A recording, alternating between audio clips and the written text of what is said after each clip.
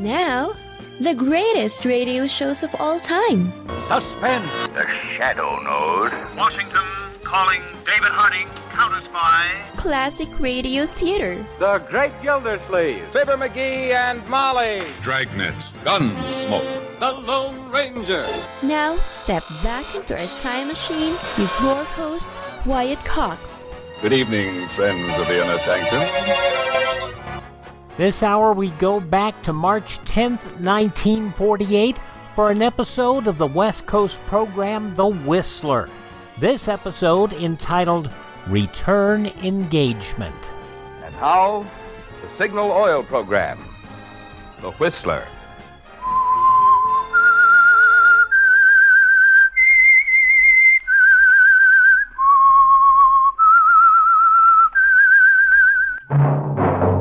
That whistle is your signal for the Signal Oil Program, The Whistler.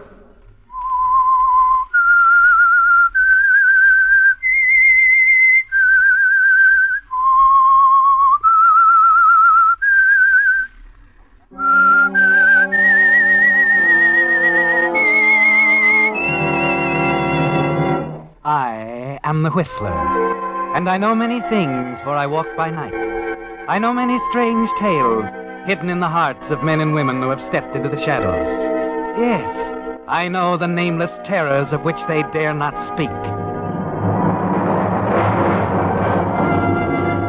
Yes, friends, it's time for the Signal Oil Program, The Whistler. Rated tops in popularity for a longer period of time than any other West Coast program in radio history.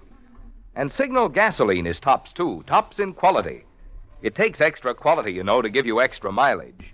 And Signal is the famous Go Farther gasoline. So look for the Signal circle sign in yellow and black that identifies friendly dealer-owned Signal stations from Canada to Mexico. And now the Whistler's strange story. Return Engagement. There was nothing left now. A crumbling profile. A book of press clippings that were yellower than they ought to be. A few pats on the back from people who wanted to be kind. That was all.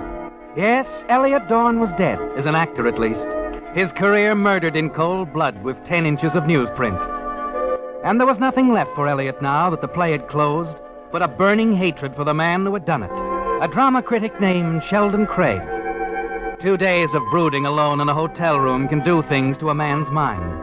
And for the second evening, it seemed to Elliot not only natural, but just, that the murder of his reputation be avenged with murder of a more concrete sort. It was 8 o'clock, and he stood at the window of his room looking down at the sea of sparkling lights. Times Square, Broadway, the Empire State. Yes, it was going to be hard to leave it all. Yes? This is Joe Randall at the airport. Oh, Joe, how did it come out? I got clearance to Dallas. Dallas? What do you mean? I had to tell him something. Where we go when the wheels leave the ground is our business. Oh, I see. We'll sit down somewhere in Texas for gas. Cross the border before daylight. From then on, we can take our time. Good. When can we take off? 11:30 tonight. Be out here with your baggage at 11:15. All right, Joe. I'll be there.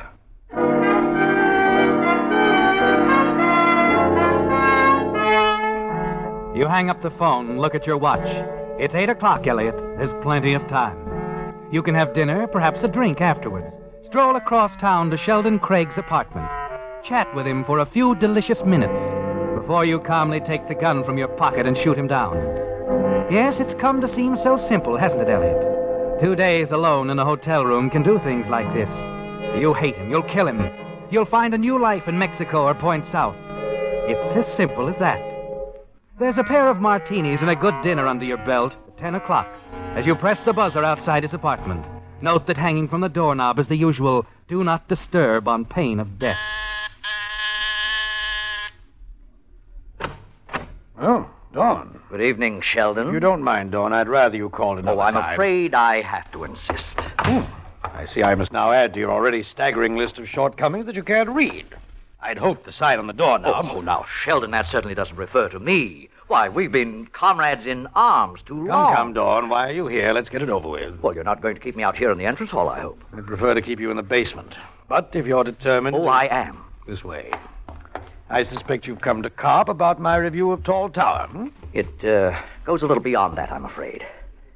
few months ago, I was on my way up again, Sheldon. A good review in that play could have done the trick. Oh, really? Now, look, man, what good does it do? Listen to me, Sheldon. Things began to break for me. There was this part, and more than that, a chance with Judith Haskell next fall. This Quiet Dust, her new play, the biggest opening of the season. Indeed.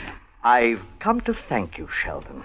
That review of yours, it was quite effective. Makes it possible for me now to look forward to a life of ease. No parts, no career, no clamoring public. The actor to the last, the closing speech, the final bow. Oh, stop it, Sheldon.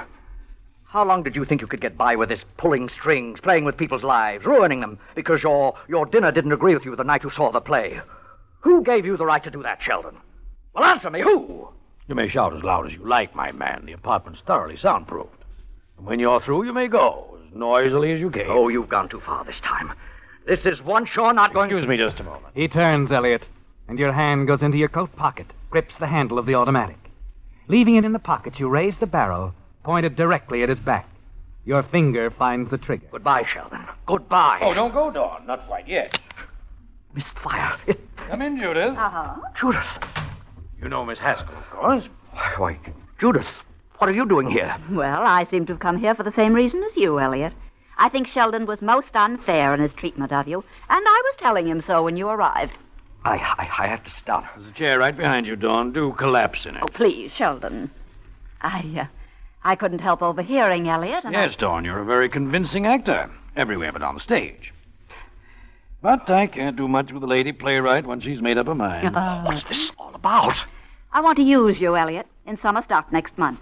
We're reviving an old play of mine, Rendezvous with April. I've told Judith it's against my better judgment, but if I'm wrong, I'll be willing to eat crow. And if it does work out, Elliot, I'm sure we'll be working together in the new play next fall. Good Lord, and I almost...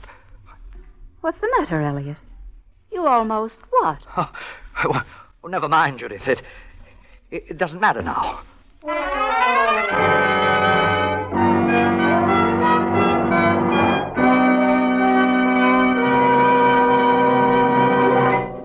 With the prologue of Return Engagement, the Signal Oil Company is bringing you another strange story by The Whistler. Well, could that misfire have been a fortune? We'll see.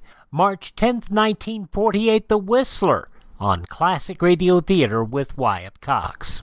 Let's see, if something costs less, but people are happier with it, that sounds like something to look into, and that's MediShare. Maybe you've heard switching to MediShare to pay for healthcare can save the typical family $500 a month, and that's huge, but it's also true that people are way more satisfied after making the switch, too. The customer satisfaction rate for MediShare is double that of the typical health insurance plan. Double. MediShare works. It's been around for more than a quarter century, and members have shared more than $3 billion of each other's bills. People love having telehealth and a huge nationwide PPO network. So, yeah, you can save a ton and like it better. Imagine being happy with how you're taking care of your health care. So if you're self-employed or part of the gig economy, or you just want a plan you're happy with, you can call right now and get a price within 2 minutes. A very, very smart use of 2 minutes. Here's the number you need. 833-34-BIBLE. That's 833-34-BIBLE. 833-34-BIBLE. The Overstock sale continues at MyPillow.com. Deep discounts on Giza Dream Sheets, MyPillow Original Pillows, the My Slippers, half price. I love mine. And with every order you make by going to MyPillow.com/radio specials, you'll get a free copy of Mike Lindell's book, What Are the Odds? From Crack Addict to CEO. MyPillow.com/radio specials, promo code USA. Thank you for tuning in to Classic Radio Theater with Wyatt Cox. Now more of The Whistler, March 10th, 1948.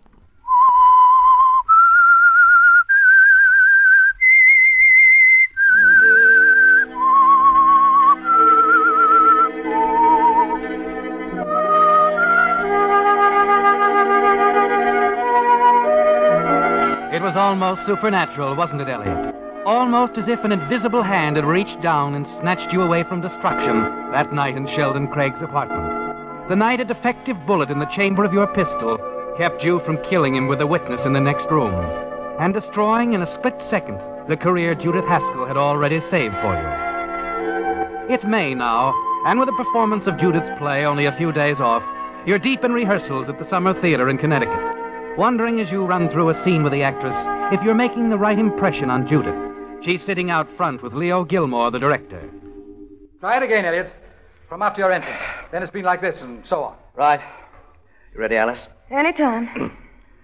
Then it's been like this all the time, hasn't it? These evasions and half-truths.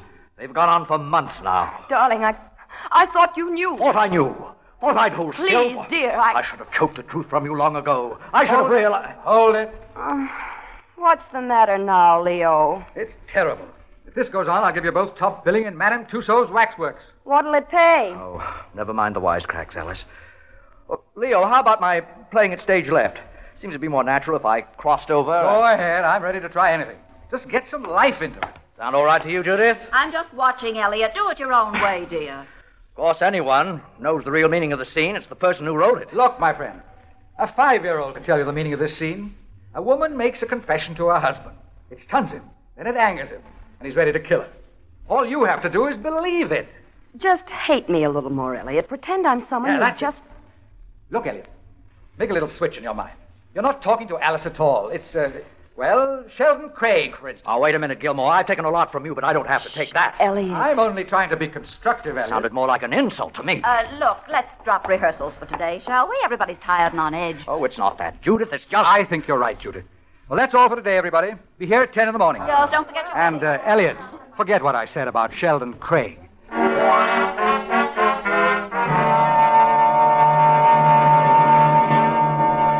But you can't forget, Elliot. You spend an hour strolling around the bridle paths near the hotel. Give that up and settle down on the porch. Try to concentrate on a magazine. But the print wobbles before your eyes and your mind keeps focusing on one unassailable fact. Sheldon Craig hates you, and it's in his power to ruin you. This waspish little bantam with his opera cloak and sword cane, who plays with theater people as if they were his private puppets. How much will you sell them for, Elliot? Oh, Judith. What do you mean? Your thoughts. I'll buy them. Oh, I was just reading this magazine. You've been staring into space for 10 minutes. I was watching. I didn't realize it was so obvious. I guess I ought to apologize to you about this morning, Judith. I don't see why. I think I prefer you when you're being venomous about Sheldon. You know, Elliot, he wouldn't bait you if you didn't react so violently. I think he would. It's been going on for 15 years now. Well, he does pride himself on his honesty as a critic. Do you trust his judgment, Judith? I have to consider him, you know. He's ripped into plays of mine more than once. You didn't answer my question. Do you trust him? Oh, Elliot, this is no day for answering questions. It's a wonderful day for driving. Now be a darling and take me into town. You mean New York? Well, why do you think I canceled rehearsals?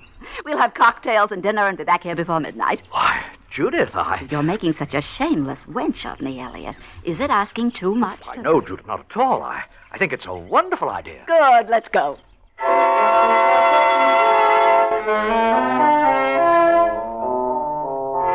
It was a little startling, Elliot, as you sat there looking at her, as the simple, the obvious reason for everything, for her visit to Craig's apartment that night, for this part in the summer play and the promise of next fall, as all of it suddenly became clear. Yes, it seems perfectly natural to you now, Elliot. This woman, this middle-aged playwright, is in love with you. You feel more at home now, more in command of things as you glance sidewise at her during the drive to New York. And in the dim light of the cocktail room that evening, you know you're on familiar ground. Yes, Elliot, that fall opening is in your pocket. How's the martini? Wonderful. Good. You watching for someone, Judith? I've noticed ever since we came in that... Frankly, darling, I've been putting off telling you, but I've asked Sheldon Craig to meet me. You what? Oh, he might not like it either. But I thought that if the three of us had dinner, you two might... Oh, wait, there he is. Here we are, Sheldon, over here. If I'd known, I'd have asked for a darker corner. Oh, now stop it. I think it's up to you to straighten things out with him. Sheldon, dear. Judith, my love. The mere sight of you intoxicates me. You intoxicate much too easily, Sheldon. Aren't you going to speak to Elliot? I'm already suffering the quickest hangover in history. You're not in the theater now, Sheldon. Try to be human, will you? What are you drinking? Oh, wheels revolve within wheels the moment I enter this establishment, my dear. My waiter's coming over here now. Oh, really? Your courvoisier, Monsieur Craig. Thank you. Well, cheers, everybody. I'm the hungriest man in Manhattan at the moment. Right now, Judith, my appetite almost exceeds my love for you. It's funny. I've lost mine completely. Elliot, you're not going to stay? If you don't mind, no. But I do mind. After all, that's the one reason I arranged this. Strictly business, eh, Judith? Never mind, old boy. Just run along home and rehearse your life. Oh, please, Sheldon. Elliot, I do. No, really, Judith, I'd rather not. I've got to get out of here. A delightful exit, my boy. Strength, character, purpose.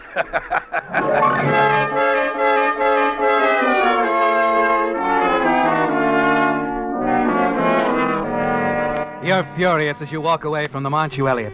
As Sheldon's mocking laugh follows you outside. It's still ringing in your ears a few hours later as you drive back to Connecticut after a few more drinks. And there's something else. His voice tearing you down, destroying your chances, undermining you in Judith's eyes. I seldom make mistakes, Judith. Elliot Dorn is simply not an actor, that's all. By the time you arrive at the summer playhouse, you're in the grip of a murderous rage. You run the car into the garage alongside the inn, slam the door as you get out, walk around to the front, and settle down in a chair on the porch. It's only a few minutes later that a car drives up. Thanks so much, Sheldon, dear. I've really enjoyed the dinner. I too, my dear. Even that delightful bit of ham at the cocktail hour. Never mind, Dad. Now, just remember what I told you. Never let sentiment interfere with art or business. Good night, Sheldon. Good night.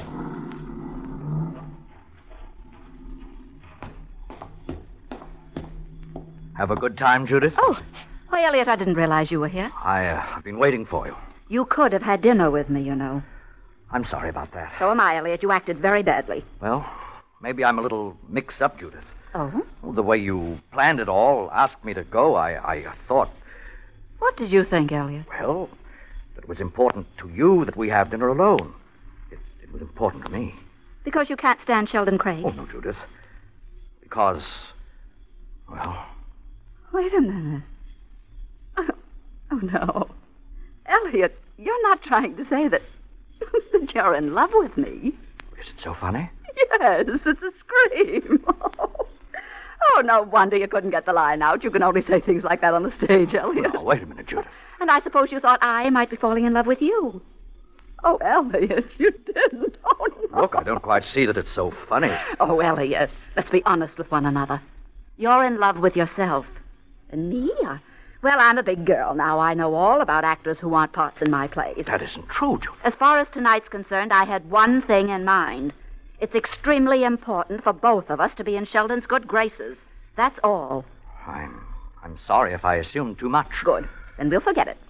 I think you can act, Elliot. And that's all you'll have to do to get that part in the fall. I'm not so sure with Sheldon muttering in your ear. Oh, I'll handle Sheldon.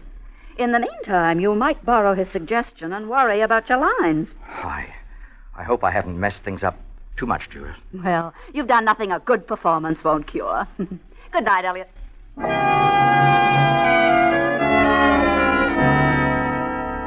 You watch her turn away, walk through the door to the inn.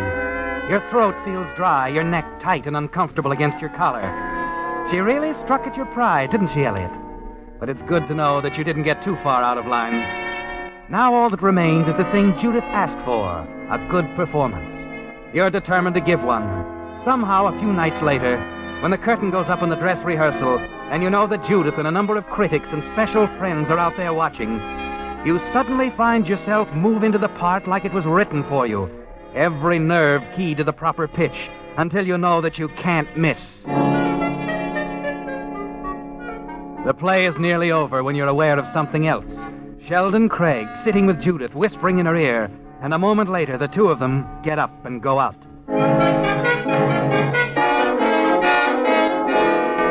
It's all you can do to finish the play now, isn't it, Elliot? Yes, he's finally made Judith listen. And as you move mechanically through the lines and motions before the final curtain, you promise yourself that tonight, the moment you can get away, you'll drive to New York for a showdown with Sheldon Craig.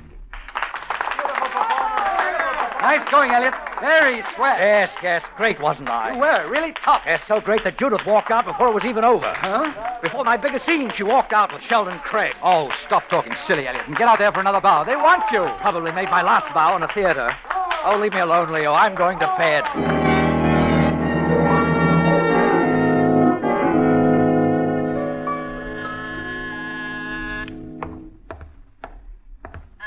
In heaven's name, what manner of beast comes ringing at the door? Dawn? What the devil? I want to talk to you, Sheldon. 2 a.m? Please, I have a poor appreciation of my own intellect at this hour. I'm sure you have nothing to say that could possibly interest me. I'm coming in, Sheldon. I didn't drive all the way from Connecticut for a brush-off. But I only just got in myself. I had to stop by the office, Dawn. I'm dead tired, man. Yes, so am I. of the way you're kicking me around. Huh? We're going to have it out, Sheldon, right now. And you can begin by telling me why Judith got up and left with you during the third act. Oh, you notice. Why did she do it? What did you tell her? Oh, my dear fellow, that play of hers ran 300 performances on Broadway, plus her own screen adaptation. You don't think it holds much freshness for her at this late date, do you? Answer my question. What did you tell her about me? Really, Dawn, if this keeps up, I shall have to change my mind about your abilities. Go back to Connecticut. You bore me. Why, you pompous, conceited little... You soured Judith against me, didn't you? Take your hands off me. And please be good enough to stand aside. Once I get my cane from this hat rack, Your I'll have cane, your sword cane. Oh, no, Sheldon. Well, you can't. Oh, but I can, Sheldon. I have the cane now. What is this? Your own sword cane, Sheldon. What could be more appropriate? It's poetic, almost poetic. Dawn, are you crazy? With your own sword cane.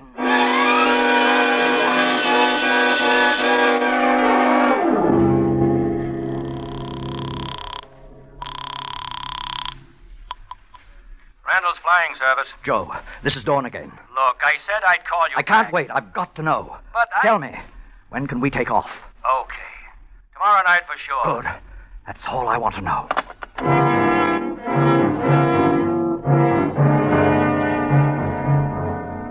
But you're going to make sure this time, Elliot. It's a gamble. With Mexico and freedom on one side, your career on the other. You know you still have a chance. That it's possible no one knows of your trip to New York. Certainly not of your visit to Sheldon Craig's apartment. So you return to the inn in Connecticut, to a day of torture as you wait for the news to break. The morning papers come in yet, miss? No, I'm sorry, Mr. Doyne, not yet. From March 10th, 1948, The Whistler. The conclusion next as Classic Radio Theater with Wyatt Cox continues. This is an urgent news alert from the International Fellowship of Christians and Jews. The war in Ukraine is a humanitarian crisis Europe has not seen since World War II. Yael Eckstein, President and CEO of the Fellowship. The Fellowship is providing food to the hungry, clothing to the naked, medicine for those who need it. Pray with us because these are lives that are at stake. Learn more about the work of the International Fellowship of Christians and Jews in Ukraine at ifcj.org/crisis. No offense, but are you a little fat when you look in the mirror? How would you like to learn the secrets to lose 3 to 5 pounds a week easily without joining the gym or going through any crazy diets? It's called Body Sculpt by Med Diet. For the last 2 decades, we've been helping people just like you that have pounds they want to shed. We've helped millions of people lose thousands and thousands of pounds over the years. And now it's your turn. Learn the secrets of how to lose weight with one simple phone call. You'll see an amazing difference in a matter of days. Don't believe us? We'll offer you a money-back guarantee. If you're ready to start losing weight right now, call right now to learn more about your risk-free order to Body Sculpt. Call for your risk-free offer. 800-738-5332. 800-738-5332. 800-738-5332. That's 800-738-5332.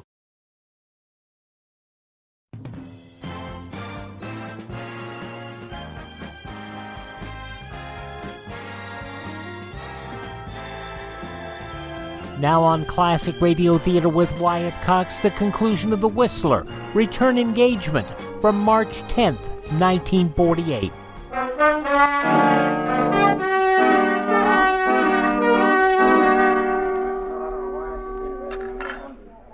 Oh, I guess I'm just not hungry. What's the matter, Judith? I can't help feeling that something's wrong, Elliot. I can't reach Sheldon at his apartment. Maybe you had to go out of town or something. Well, he didn't say anything last night. I'm going to call him again, Elliot. I'll come with you. No, you'd better go on to the theater. It's the benefit show tonight, and we want everything to go right. I'll see you in your dressing room just before curtain.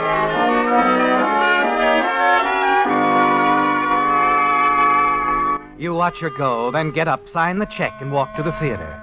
It's like waiting for an axe to fall, Elliot. And you almost want to give up right now and get to the airport. But you have to be sure. There might be a chance, Elliot. You may not even be suspected. You're sitting at your dressing table, putting on your makeup when it finally comes. You hear it all through the door. Leo Gilmore talking to your leading lady. Alice. Yes? Have you seen Dawn? I think he's in his dressing room, Leo. Why? What is it? This. You read it? Lord, I can't understand it. What are you talking about? Right here, see? Actor slays critic. What? Here, let me read that. It's all there in black and white. Actor slays critic. The payoff with Dawn and his old enemy, Sheldon Craig. Oh, Leo, let's go talk to him. Let's knock on his door. There it is, Elliot. They found him. Elliot? And somehow they know. You stare at the door, wondering what to do. Your eyes go to the window. Outside, you pause at the mouth of the alley. There's a crowd in front of the theater. And then you see something that stops you in your tracks. Police cars, Elliot. Several of them swinging in at the curb. Your car's across the street. It's a long chance, but you've got to take it. Judith! Oh, yes, Leo. Where's Elliot? Have you seen him? Well, not since... Leo, there he is across the street. Elliot! Where's he going? He's acting crazy. Look at that police car. Elliot, look out! Leo, what's the matter with him, the way he's driving? Oh, he's going to crash. Elliot, look out! Elliot! Elliot! Oh, no!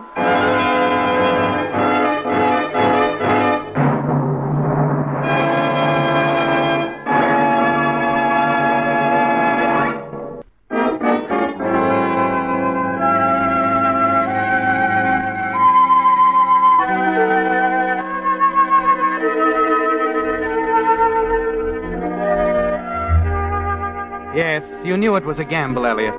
That once again you had a choice between freedom and a career. And it was only too clear from the headlines of the evening paper, from the gathering of police cars outside the theater, which way you had to go.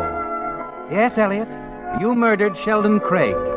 And in that moment of blind panic outside the theater, you paid the price. How is he, Doctor? Yes, how is he? He won't last the night. Oh, no. There's not a chance. I was afraid of that. What do you suppose got into him, Leo, running out that way, driving his car like a madman? Who knows? That cop in the police car was lucky to walk away from the wreck. Great thing to happen at a police benefit. Oh, Leo, there's something terribly ironic about all this. Poor Elliot. For 15 years, Sheldon Craig has hounded him in his column until the rehearsal last night. What is all this? This is Sheldon Craig's last review of Elliot Dawn, Doctor. Read it to him, Leo. Actor slays critic. Succumbing to the blandishments of a certain playwright, your correspondent violated 2 personal rulings of long standing last evening by attending a summer theater and catching the dress rehearsal of Rendezvous with April. For the record, let us state that Elliot Dawn has arrived. Indeed, this critic congratulates Judith Haskell for picking Elliot Dawn as the lead for her new play, certain to be the hit of next season. Let Broadway ring with the news. Elliot Dawn simply slays Sheldon Craig.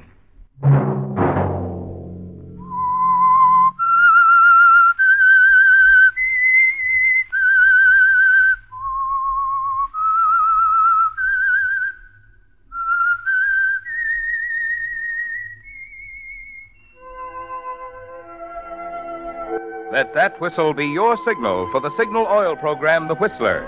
Each Wednesday night at this time, brought to you by the Signal Oil Company, marketers of Signal gasoline and motor oil and fine quality automotive accessories. Signal sends birthday greetings to all Girl Scouts and a wish for the success of this year's big project, Clothes for Friendship. If you would like to help in clothing the destitute children overseas, call your Girl Scouts office tomorrow. Featured in tonight's story were Joseph Kearns, Eleanor Audley, and John Brown. The Whistler was produced by George W. Allen with story by Leslie Edgley and music by Wilbur Hatch, and was transmitted to our troops overseas by the Armed Forces Radio Service. Next Wednesday, for a full hour of mystery over most of these stations, tune in a half hour earlier. Enjoy The Saint as well as The Whistler. A different kind of slaying.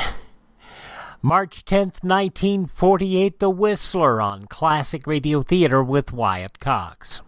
Are you in bad pain? You know what I mean. Your knees hurt. Your shoulder hurts. Your elbow and back are constantly killing you. And I'm sure you've tried every pain pill or cream available at the drugstore. Am I right? Well, here's something you haven't tried. Pain Magic. Pain Magic is not available at any drugstore. The only place you can get it is by calling the special toll-free number I'm about to give you. And to make things even better, call right now and find out about our buy one, get one free offer.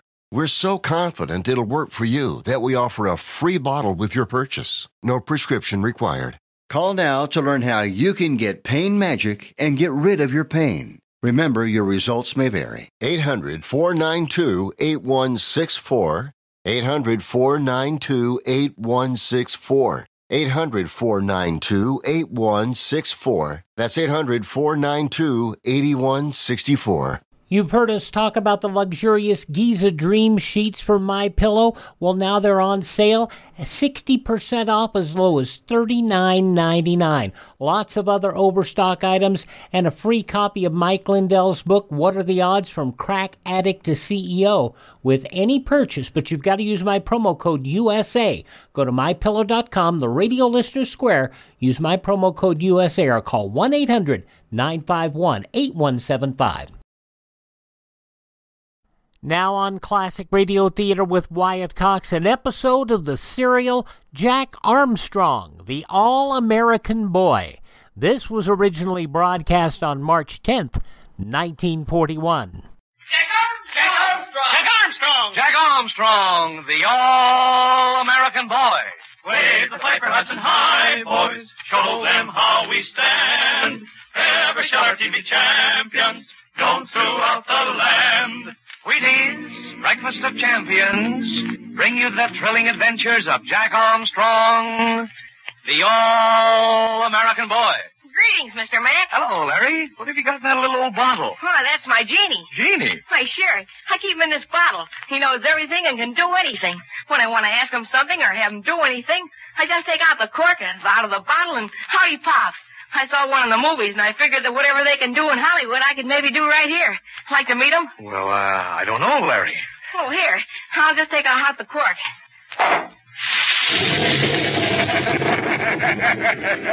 Hello, Master. What'll be today, huh? Genie, old boy, meet Mr. McCormick. How old is Mr. McCormick? He knows everything, Mr. McCormick. Ask him a question. Okay. Mr. Genie, I'd like to have you answer a couple of questions. Sure. Just ask them and I'll answer them. Glad to do it for any friend of Larry's. Okay. When's the best time for an athlete to train? That's a serious question, Mr. McCormick, and here's a serious answer. An athlete ought to train the year round. Yes, sir. 365 days a year. Okay. Now tell me one good training rule. Get plenty of fresh air, sleep, and exercise. Now tell us another good training rule, Mr. Genie. Glad to, Master. Use a lot of soap and water because keeping clean is mighty important to an athlete's condition. What did I tell you, Mr. McCormick? He knows everything. But, Master, there's another mighty important Jack Armstrong training rule. What's that, Mr. Genie? Eat a breakfast of champions every morning. Yes, Master. There is another breakfast dish I know of that tastes quite as good as Wheaties, milk, and fruit. And that championship combination gives you a whale of a lot of mighty important nourishment, too, Mr. Genie. Master, a breakfast of champions gives you all the well-known essential nourishment of choice whole wheat. The kind of nourishment an athlete needs to help him make a real champion. Well, I'll tell you, Mr. Genie, I found that plenty of the fellas and girls are going for a breakfast of champions because it's got such a doggone good flavor. Why, say, that flavor is just as different from other breakfast dishes as night is from day. And that means that when you sit down to a breakfast of champions, you're getting a breakfast dish that gives you plenty of super special flavor, plus a lot of good bodybuilding nourishment. That's why I advise every fellow and girl who has natural ability in sports to start following Jack Armstrong's training rules right away. And say, the best way to start is by asking Mother to serve you Wheaties, milk, and fruit tomorrow morning. Ask her right now, won't you? And now, Jack Armstrong, the All-American Boy. Exciting drama is unfolding in a narrow gorge in the country of the pagan Mandias and Mindanao. Nellios Moros have tried to paddle his heavy vinta against the raging current, but in vain. And so Uncle Jim's autogyro, taxing on the surface of the swift stream 100 feet ahead, is towing the vinta. The mysterious beachcomber Whisper is in the autogyro, and Jack Armstrong and Billy, Betty, and Uncle Jim are back in the vinta. But there is danger above them as well as on the river. For they were discovered by a group of Mandias on top of the vertical cliff that rises above the gorge. And now, as the Vinta breasts the swirling current, Billy suddenly sees... Look, Jack. Look at those mandias up on the cliff. I'm watching them, Billy. They're up to something. Oh, Jack, what are they going to do? I'm not sure, Betty, but I think they're going to hurl down rocks on top of us as soon as we get directly under them. Oh, Uncle Jim, is there anything we can do? There is, Betty, and we're doing it just as fast as we can. We're getting out of this narrow gorge. But tough-front catfish, Uncle Jim. They'll have a chance to drop down plenty of stones on us before Whisper gets us out of this gorge. I know it, Billy, and Whisper knows it. He's keeping the autogyro as far away from the cliff as he can. But can't we get all the way over on the other side of the gorge? It's too shallow, Betty. Look at all those rocks sticking out of the river. The autogyro would rip a pontoon if we got over any farther. Look at all our loyal boatmen, Uncle Jim. They're looking at us to see what we're going to do. There's nothing else we can do, Billy, except go as fast as we can. And Whisper has the engine wide open now. There's a heavy load in this feeder. Oh, Jack, look up on top of the cliff. They're getting ready to drop something over. It's a big rock, Betty. They're going to try to push it over so it hits the autogyro. Gosh, all hemlock, if they hit our airplane, we will be in a bad way. Oh, here it comes. It's going to be awfully close. It missed the plane. The rock missed Whisper. It didn't miss him much, Billy. He was just a little too far away from the back of the cliff. I don't think they're going to be able to hit us with any of those boulders they push over. They can't throw them out far enough. Oh, here comes another one. Now, that's a little bit smaller, Betty. I'm afraid to look. Boy, that came close. But a miss is as good as a mile. They'll have to work fast if they want another chance at Whisper. He'll be well past them in just a few seconds. But they're going to have one more try at him, Uncle Jim. They're pushing a large rock over now. They really pushed that one off the cliff? Oh, it looks bad.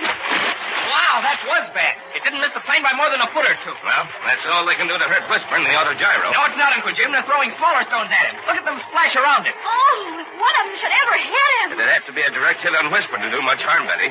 They might punch a hole or two through the fuselage, but they aren't apt to do much damage. It's a good thing the autogyro hasn't any wings. A rock through a wing might break a strut. Oh, Uncle Jim, we're almost directly under the mandias now.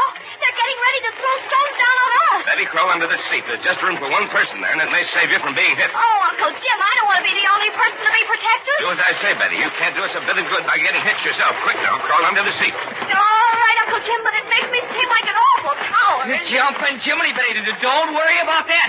If there were room for me, I'd be there, too. Me too, Betty. Look, here's Melua coming back from the bow. Uncle Jim, they throw a rock on us soon. What to do, huh? I hope they won't hit us, Melua. They didn't hit Whisper. They throw big stone at Whisper. Too big. They know better now. They throw small stone at us. Maybe they hit, they kill us. But suffering catfish, Melua, what can we do about it? We show you, Billy. Otita, en maya de coleta and sang, sarango! Well, I'll be. Look, Uncle Jim, we've forgotten all about the Moro shields they keep under their seats. They're getting them out now. Jumping Jupiter, Jack, they're just a thing. Why, they're long and narrow, and we can hold them right up over our heads. I'm afraid they'd crush him, too, if a pair-sized stone hit one of them, Billy. No, Uncle Jim, you're wrong. You hold overhead.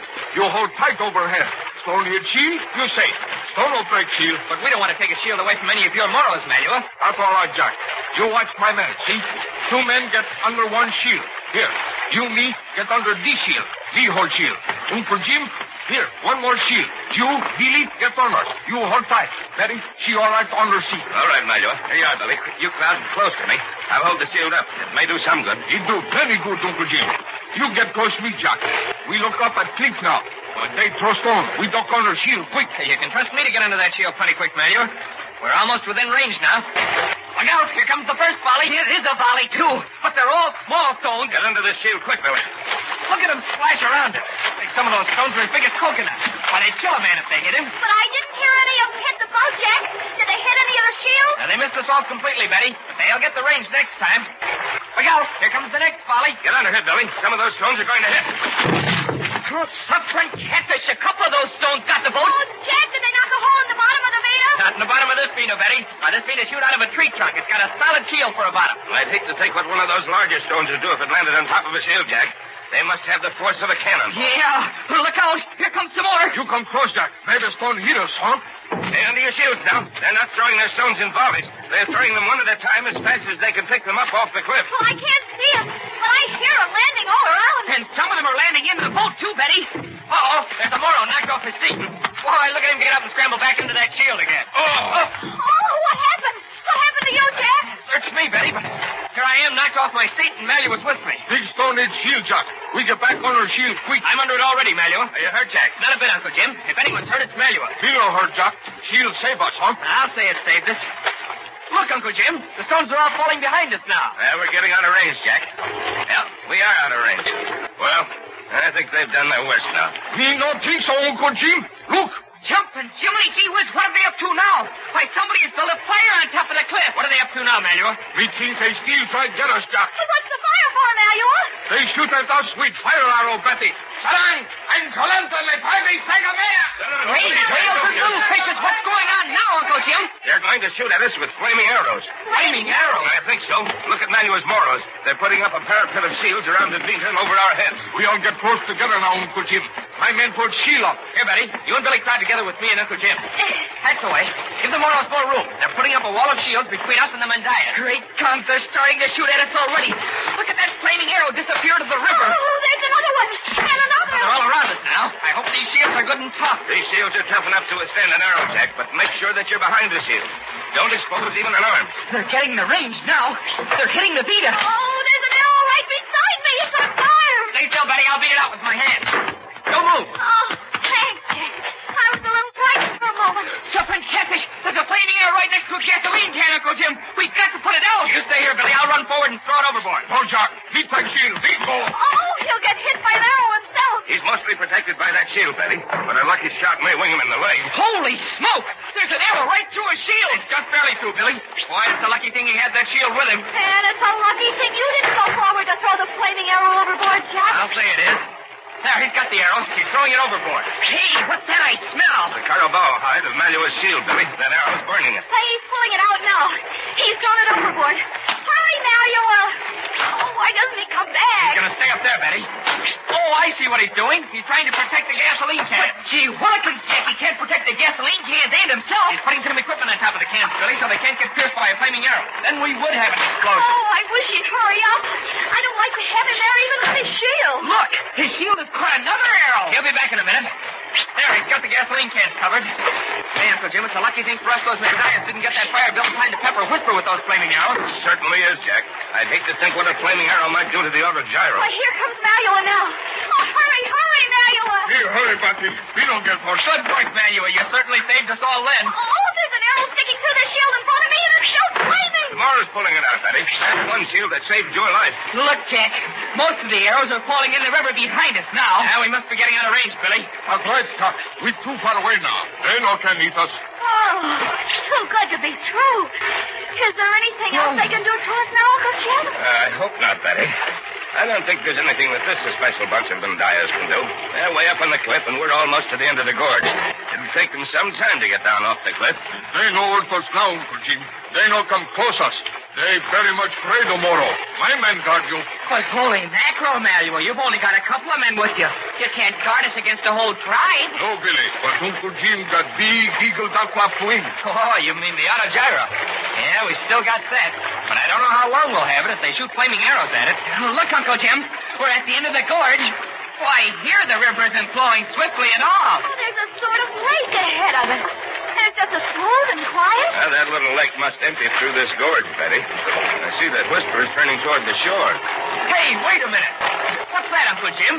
What's that terrible-looking thing waiting for us on the bank? Oh, it looks like half man and half beast. And it's jumping up and down and waiting. It's arms. Suffering catfish, it's got horns on its head.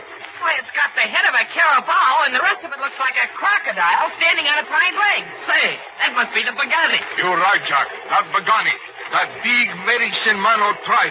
In come down, scare away, eagle down flap wing. Oh, but what will he do if the eagle isn't scared away, Uncle Jim? I don't know, Betty, but we'll soon find out. Whisper's taking us right over.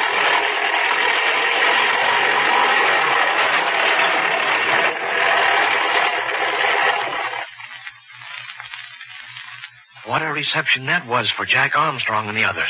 And say, the reception isn't over yet either.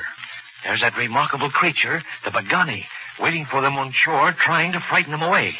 But you can bet your boots it'll take more than that to frighten Jack and Uncle Jim and the others, because they're getting mighty close to Professor Loring.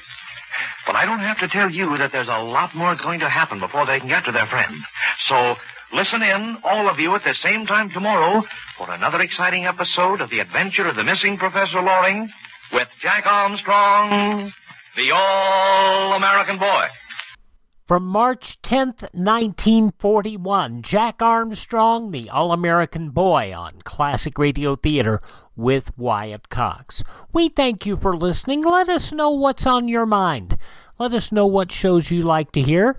And you can do that through our webpage, classicradio.stream. There you can contact me directly, or you can find our social media links so you can contact me there.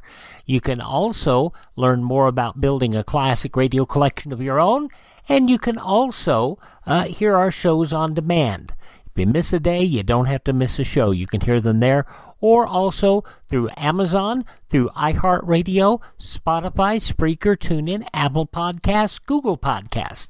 All you have to do is search for Classic Radio Theater with Wyatt Cox. That's Classic Radio Theater with Wyatt Cox. Please thank this station, support their advertisers, and tell your friends the great radio shows are right here at this spot on the dial. Classic Radio Theater with Wyatt Cox on your favorite radio station.